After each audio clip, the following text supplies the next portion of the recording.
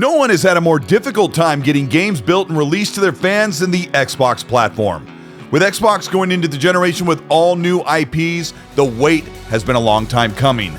But as Xbox tries to stay quiet for official announcements, a lot of sources and leaks have given us a major update to games, and there are more games coming than we ever thought.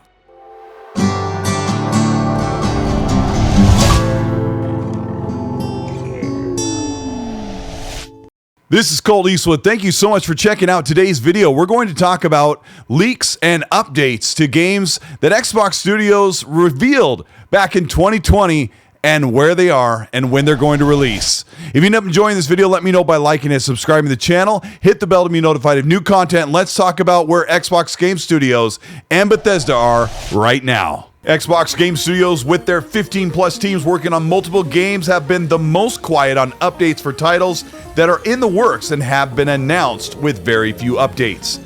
If you want to hear about the majority of these games that are in development, check out my last video. Xbox revealed all new games for the Xbox Series console generation from a month ago.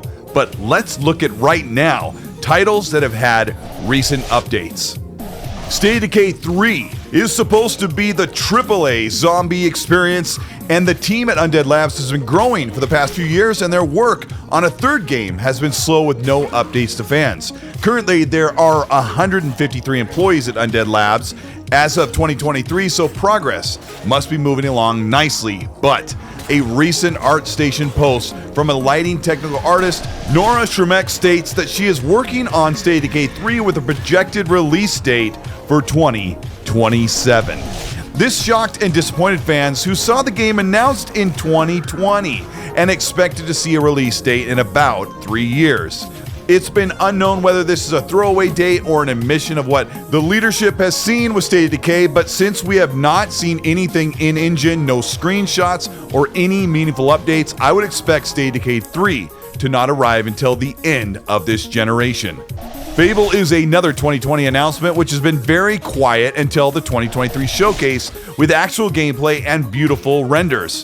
Just recently, some information for the new talent being hired to work on Fable has fans excited for its future. According to the LinkedIn profile of Playground Games producer Vijay Gill, the studio's forthcoming reboot of Fable is now in a playable state, and they have hired the best in the business to build Fable.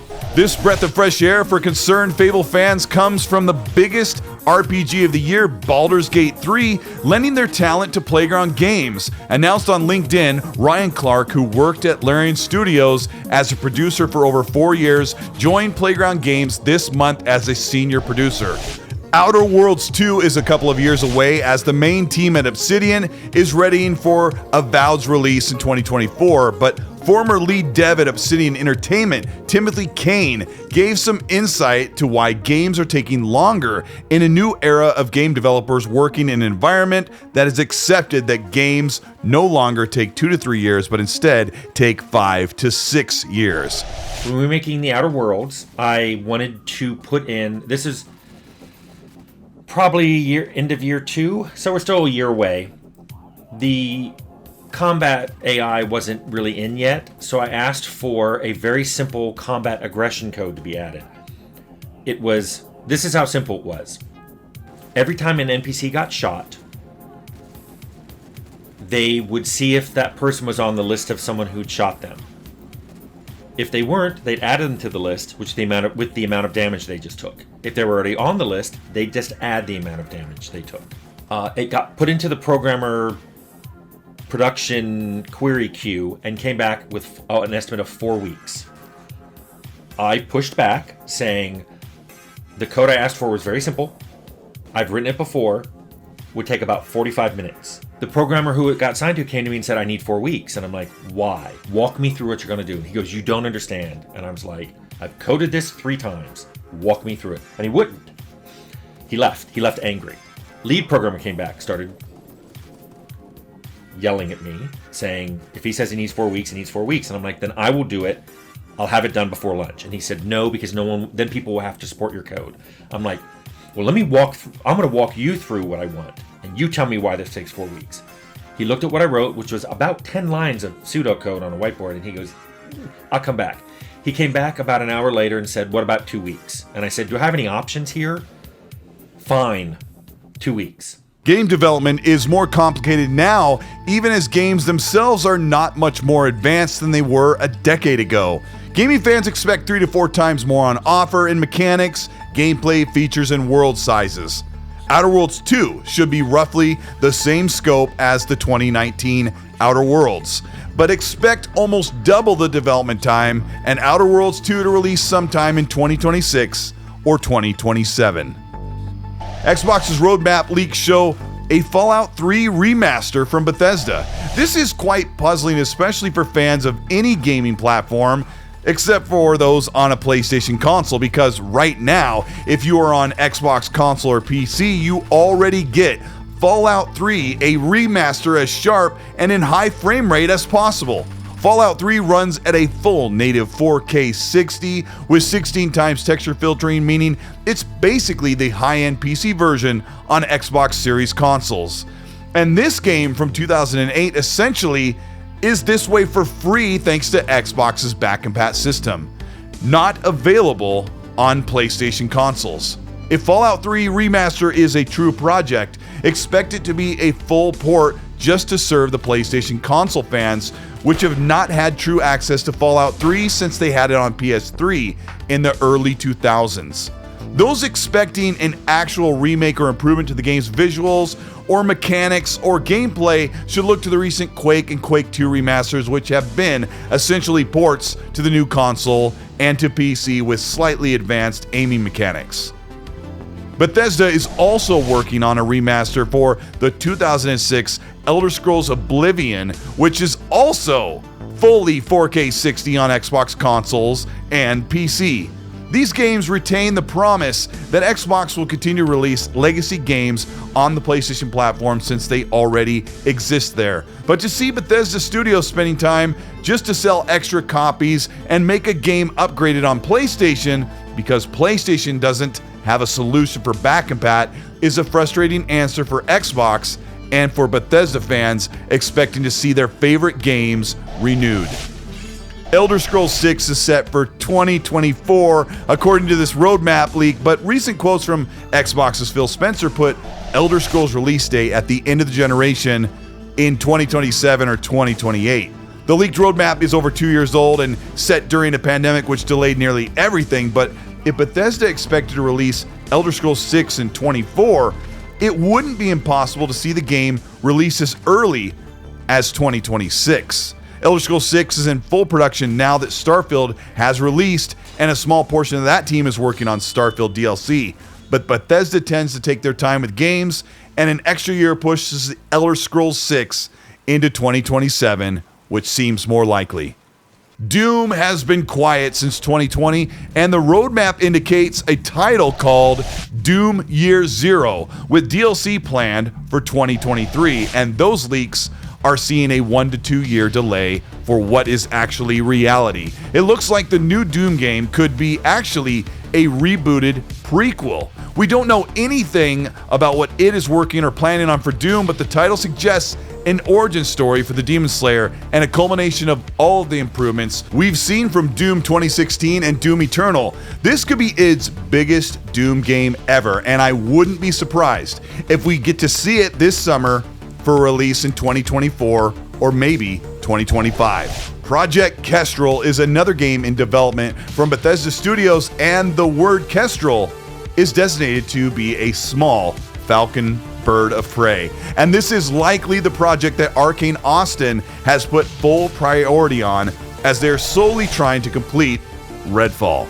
Prey in 2016 was one of the great hallmarks of Arcane, and a sequel has been long awaited from fans. And the potential for this first-person sci-fi thriller is directly in the wheelhouse for this team. The leaked roadmap has Project Kestrel set for a release date in 2023, which means if a Prey sequel is in the works, we should hear about it officially in the next year for a release date, hopefully before 2025. One of the most intriguing leaks from this roadmap is the quote licensed IP game, which has been long speculated to be a Disney licensed game. There has also been many strong rumors of a Mandalorian-themed game licensed by Disney to be worked on by ZeniMax or one of Bethesda's studios. A third-person, semi-open world Mandalorian game with heavy emphasis on gunplay and melee combat, and even spaceship combat is definitely believable from the teams at Bethesda. And this has been a quietly held secret in Xbox eras. Special Nick sounds to be fairly confident that this is a Disney licensed game, and other reliable sources have it pegged as a Mandalorian game. During the year of release of Ghostwire Tokyo from Tango Gameworks, the Bethesda roadmap has plans for a Ghostwire Tokyo sequel, and this is one of the leaked games in the works that might not be as believable as other things have changed, according to Phil Spencer across the board.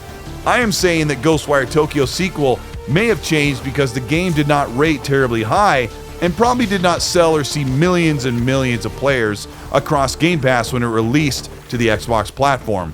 Ghostwire Tokyo is a great game in its own right and has a ton of potential, but Tango Gameworks never fails to deliver, so if Ghostwire Tokyo is indeed in the works, I think fans do have something great to look forward to. Dishonored 3 is the next game that is revealed on this roadmap, and it has been quite a while since we last saw the Dishonored series, and with Arcane Austin team possibly working on Prey 2, maybe this has been commissioned for Arcane Lyon, the team in France that created Deathloop.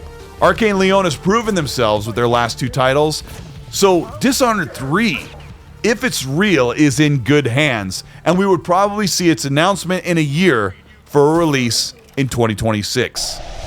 We have a ton of other games that have not yet materialized or have been announced or leaked. There are projects that are named out that we don't know what they are or who's working on them. Phil Spencer recently said they have a dozen games in the works from Japanese studio partners that will be coming to the Xbox platform, and the Xbox global publishing team has been working on a ton of titles behind the scenes that have not even been revealed or announced. Xbox has made a troubling decision to announce the brunt of their Xbox game offerings in 2020 at the start of the generation, only to release them in 4 to 5 years. This is unorthodox for the studio, but Phil Spencer wanted to front load the generation with a future roadmap to expect as people buy into the series consoles, Game Pass, and the entire ecosystem with a ton of games on the way. Unfortunately, an extra 2 years have been added to nearly every project across not just Xbox, but the industry for games development, and the complication of making games that are more complex and more nuanced has added even longer wait time to an overall offering of games from third-party and other partner studios, as those fill in the gaps as we wait for bigger games. Xbox needs to be very transparent right now, especially with the leaks, and communicate to the fans which games will be a longer wait and which ones are in good standing. No matter what happens and no matter which titles are massively successful or fall flat, the Xbox future is still very bright. And with the main offering of games coming in 2024, the fans won't have to wait much longer. This is Colteastwood. Thank you so much for checking out this video. It's been a while since I put something out. If you ended up enjoying this video, let me know by liking and subscribing to the channel. Hit the bell to be notified of new weekly content. If you want to further support the work we do here on the Colteastwood channel, this is important. You could do that by hitting the join button below. That gets you into the channel memberships. That gets you entered into early access videos before they go up and merch giveaways. But there's also the Patreon, and we're changing things for the Patreon, and we're setting up a Discord where we'll have the Ecstasy Club, where you can talk about all of the leaks and the rumors, share video clips and screenshots, and just talk about the gaming news with me and the other people in the community. And there are some great people there. But I want you to check out the X&C podcast. That's the weekly show that I've been running every Monday, 5 p.m. Pacific and 8 p.m. Eastern with Middle-Aged Game Guy, and we will be talking about the gaming news and breaking down a lot of this stuff in more detail, and that's a really fun show to check out live. It's also available on Spotify, Apple, and Google Podcasts when you want to listen to that at your leisure. So check that out. But I want to know what you think about these games. There's some that seem to be a little bit troubled in my opinion, but there are some really promising things, and there are just a ton of games coming out this generation from Xbox, And I mean, it's like 5 times more than what we're used to. So I think either way, there may be some misses, but it's going to be really, really good regardless. So let me know in the comment section which game you're most excited about. Are we going to see these all this generation? Let me know in the comment section. And while you're there, please remember, be nice.